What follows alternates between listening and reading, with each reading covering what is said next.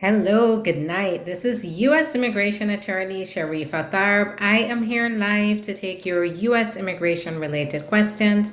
Go ahead and put your questions in the comments.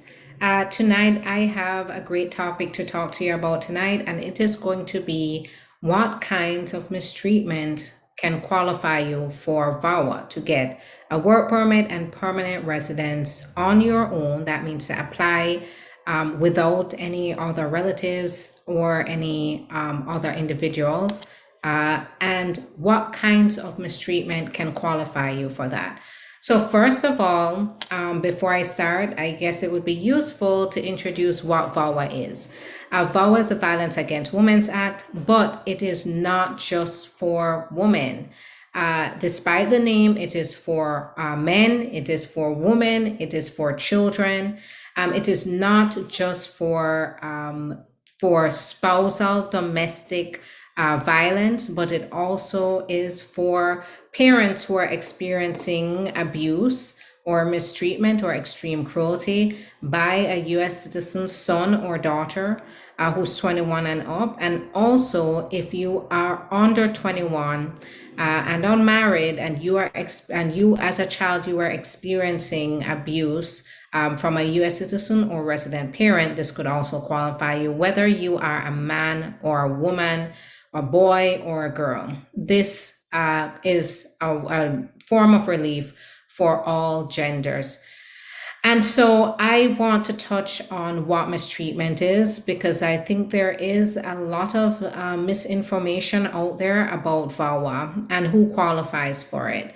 Now, one thing I like to start with is abuse, no matter what form it comes in, whether it is physical, whether it's emotional, whether it's financial. These are all different forms of abuse. And so you don't have to be physically harmed, physically threatened, physically abused to qualify for this form of relief.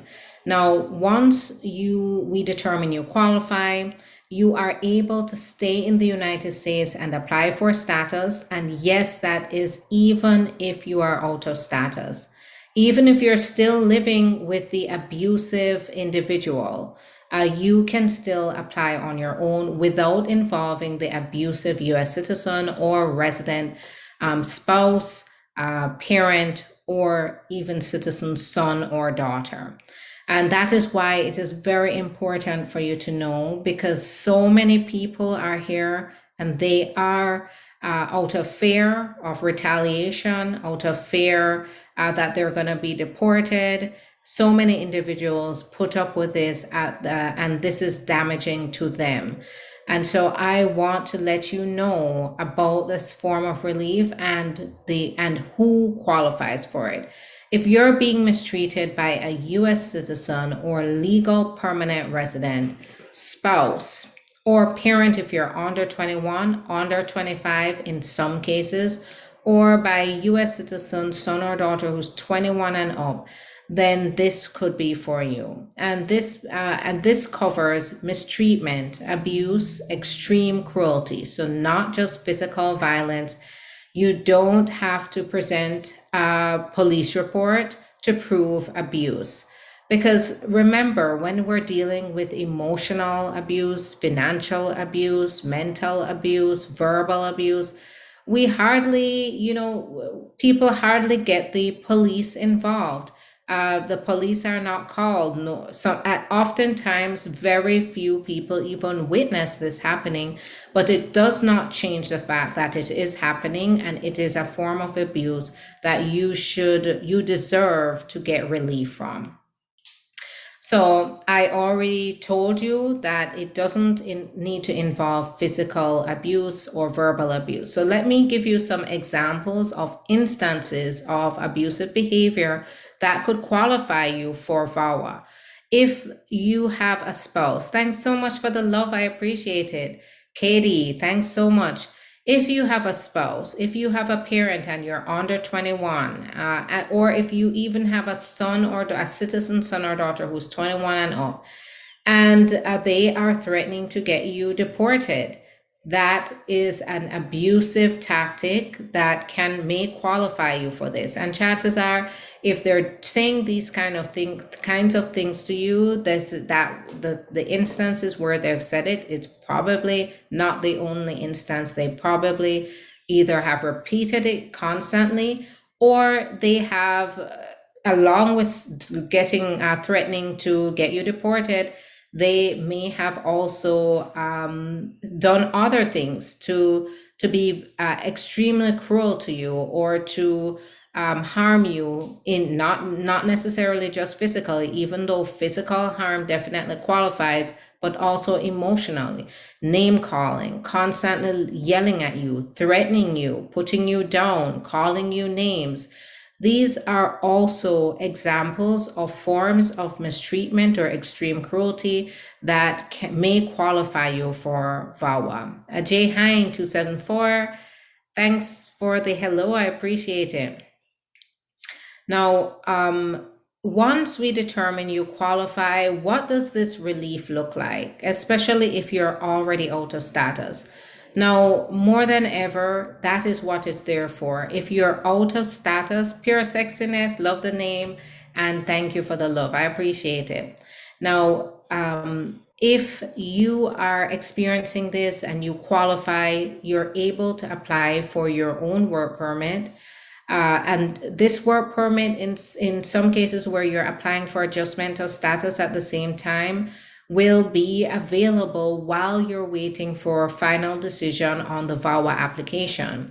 Once you've received VAWA, it's at that point that it's going to move on to the adjustment of status process for you to get permanent residence. And you'll be scheduled for an interview to attend that final interview to get permanent residence or get a decision on your adjustment of status. Now, another thing I want to say here is this covers ex-spouses. So if you've been divorced for less than 2 years and your ex-US citizen or resident spouse did this to you, you may qualify for VAWA. This also qualifies individuals who are already over 21, but they haven't reached 25 yet. And as a child, you were abused by or mistreated by your parent, you could possibly qualify for this and apply on your own. And when I say apply on your own, I don't mean to go and submit an application on your own, because there are specific requirements that you have to make sure that you show in this application, or the application is going to be rejected or denied. So it is very, very important that you get the representation you need to make this a smoother process.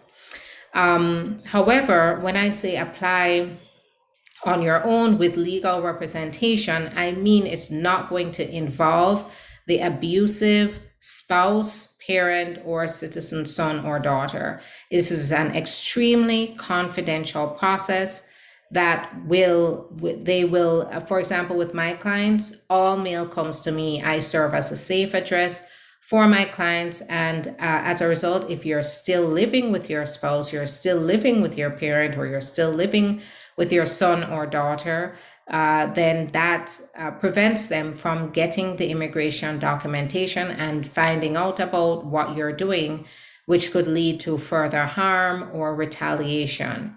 And yes, you can still be with your spouse. You can still have a relationship and be living with your parent or your son or daughter to qualify for this. This process is not there to harm the abusive relative. It is there to empower you so that you can move forward with your life. And so your relative is not going to, police are not going to, barge down their door, or this is not going to be publicized in any way, because remember, it is only for the purpose of the officer who is making the decision.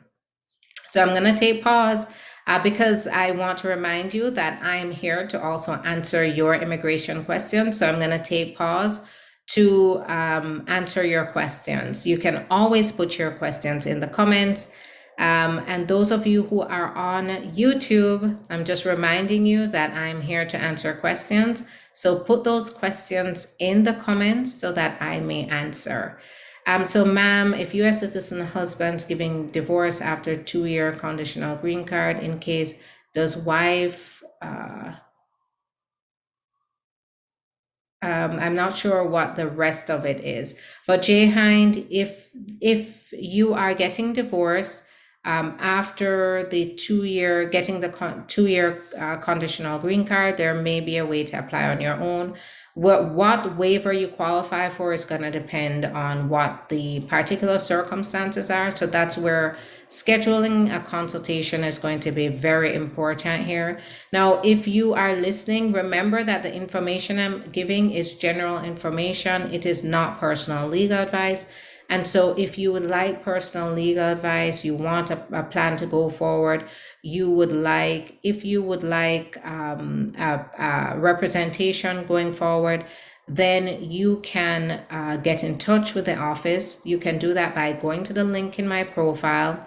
It's going to take you to the website where you have a phone number, you will have a contact form, and there's an online chat form right now where you can chat with a scheduling coordinator if you don't want to pick up the phone right now.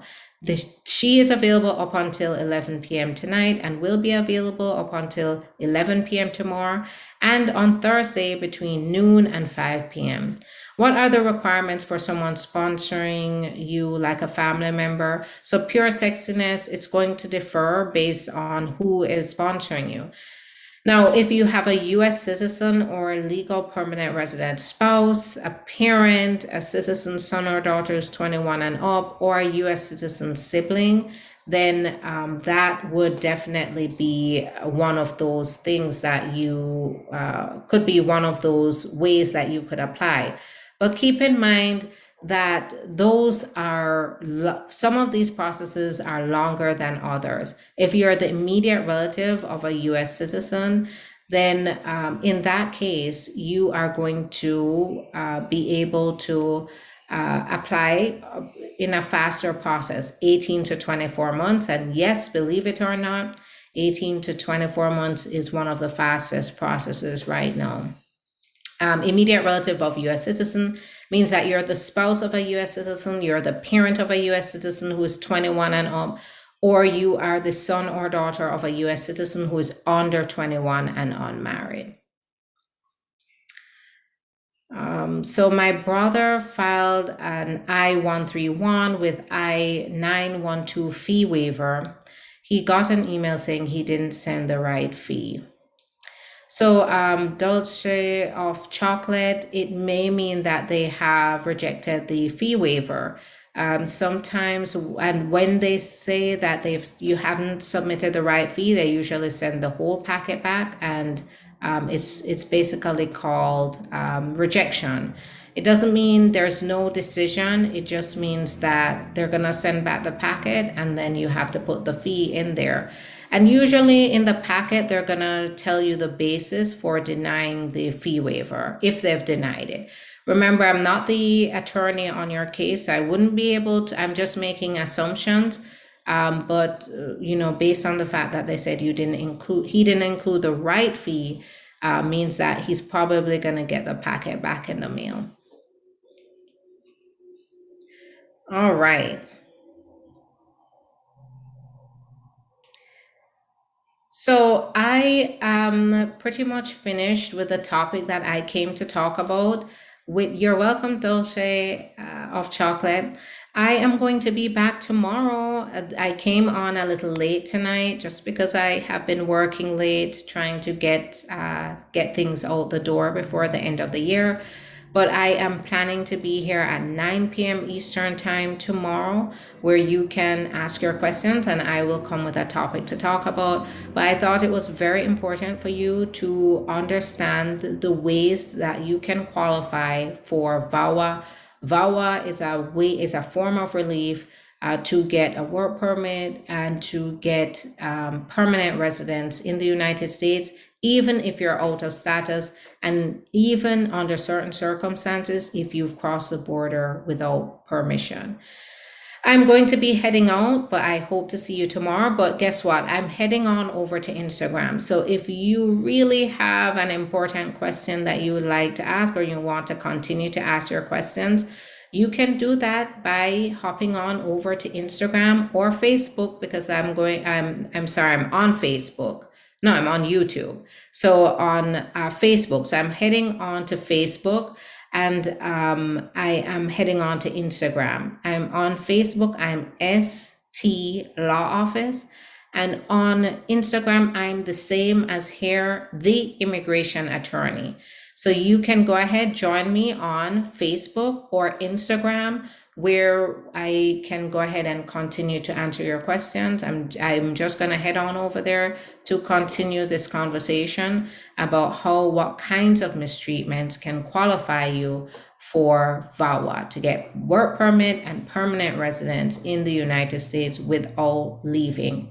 Yes, even if you're out of status. All right, thanks so much for your questions. Thanks for tuning in. I will see you tomorrow at around 9 p.m. Eastern time on YouTube and on TikTok. Have a great night, everyone. I'll hope to see you in a minute on Instagram or Facebook. If not, I'll see you tomorrow, or hopefully I can see you in a consultation. Have a good one.